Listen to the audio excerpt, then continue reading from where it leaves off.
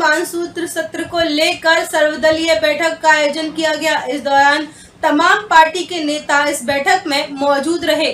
कल से शुरू होने वाले विधानसभा मानसून सत्र को लेकर रविवार को यूपी विधानसभा के कक्ष नंबर 15 में सर्वदलीय बैठक हुई। विधानसभा अध्यक्ष सतीश महाना ने बैठक की। यूपी सीएम योगी आदित्यनाथ, संसदीय कार्य मंत्री सुरेश खन्ना बैठक में मौजूद रहे। वहीं बैठक में सभी राजनीतिक दलों के नेता शामिल हुए। समाजवादी पार्टी की तरफ से विधायक दल के मुख्य सचेतक डॉक्टर मनोज पांडे, लालजी वर्मा, कांग्रेस विधान मंडल दल की नेता आराधना मिश्रा, बीएसपी से उमाशंकर सिंह और सुबह सपा से बेदी राम रहे। मौजूदा विधानसभा सत्र को निर्बाध चलाने को लेकर बनी सहमति विपक्षी दलों को भी दिया जाएगा सदन में पूरा समय। बैठक खत्म होने के बाद संसदीय कार्य मंत्री सुरेश खन्ना ने बताया कि कल से विधानसभा सत्र का मानसून सत्र शुरू हो रहा है। कल सदन के सदस्य विधायक अरविंद गिरी जी के आकस्मिक निधन को लेकर सदन में उनकी आत्मा की शांति के लिए 2 मिनट का मौन भी रखा जाएगा और उनको श्रद्धांजलि देते हुए विधानसभा स्थगित कर दी जाएगी। 20 सितंबर मंगलवार से सदन की कार्यवाही शुरू होगी। मैंने सभी विपक्षी दलीय नेताओं से सदन चलाने के लिए सहयोग मांगा है। सत्ता पक्ष और मुख्यमंत्री ने सदन बुलाया है और विपक्ष के ऊपर बहुत ज्यादा जिम्मेदारी है। खासकर एक दिन महिलाओं के लिए सदन चलाया जाएगा। इकबाल अहमद, लखनऊ समाचार 24।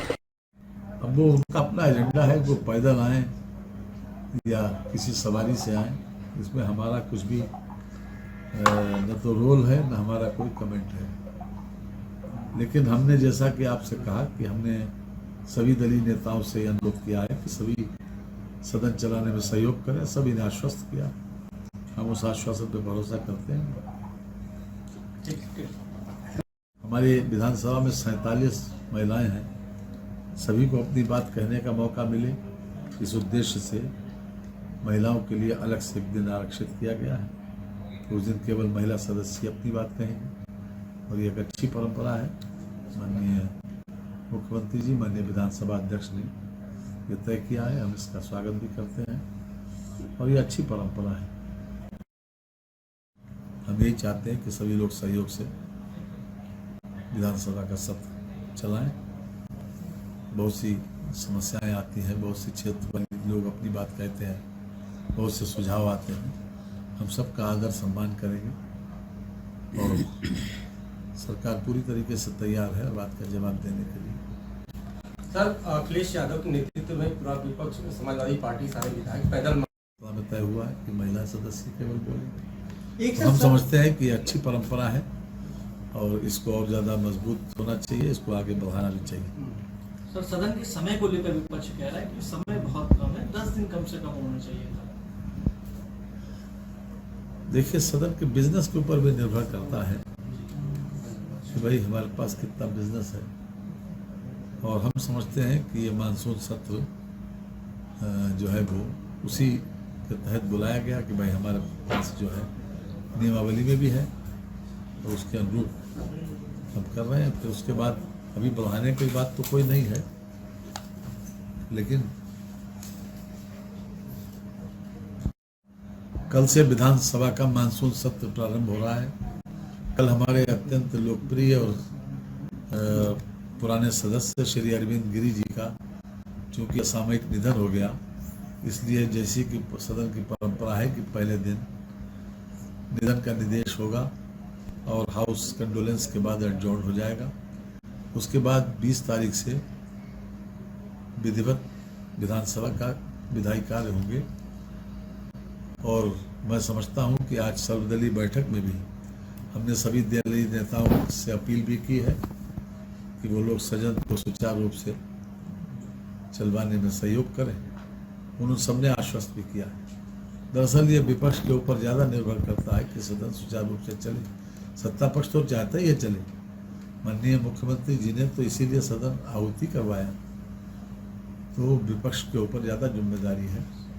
और सदन जिसलिए बना है चर्चा परिचर्चा के लिए, चर्चा हो हर विषय पर। इस बार एक दिन महिलाओं के लिए भी, केवल महिलाओं ही बोलें महिला सदस्य ही सभी दलों की, और ख़ासतौर से महिला सशक्तिकरण की बात भी हो रही है, तो अपने विषय पर, अपने क्षेत्र के विषय पर, अपने महिला सशक्तिकरण पर महिलाओं को भी मौका मिलेगा कि केवल महिलाएं बोलें।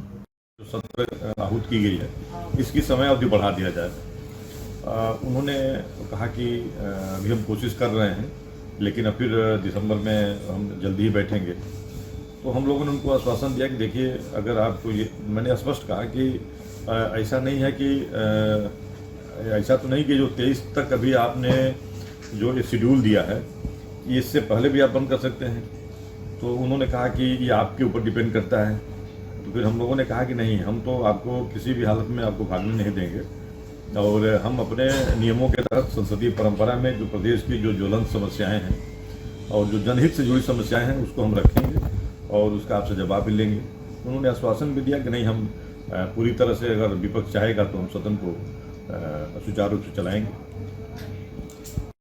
कि क्यों ना हम, क्योंकि उत्तर प्रदेश की विधानसभा एक नई पहल शुरू करे, इसमें हम लोग कोई एक तिथि तय करें जिस तिथि को हम केवल महिला जो हमारी माननीय सदस्य हैं उनको हम समय दें।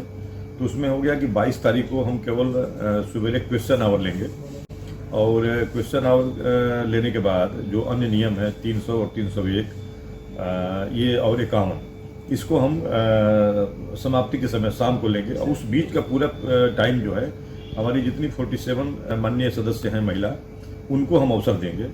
और हम लोगों ने, मैंने भी खुद रिक्वेस्ट किया कि उनको अवसर दीजिए, तो उनको पर्टिकुलर कोई एजेंडा ना दीजिए, इसलिए कि बहुत ऐसे मान्य सदस्य हैं कि अब उस एजेंडा पे उनको तैयारी करने में टाइम लगेगा। वो जो बोलना चाहें, जो अपने महिला सशक्तिकरण से रिलेटेड चीज़ें, अपने महिलाओं के विकास के लिए जो कुछ बोलना चाहें उसको मतलब हाउस सुने, और सरकार उस पर अपनी पॉजिटिविटी दिखाते हुए अच्छा रिस्पांस करे। उन्होंने कहा कि नहीं, यही किया जाएगा।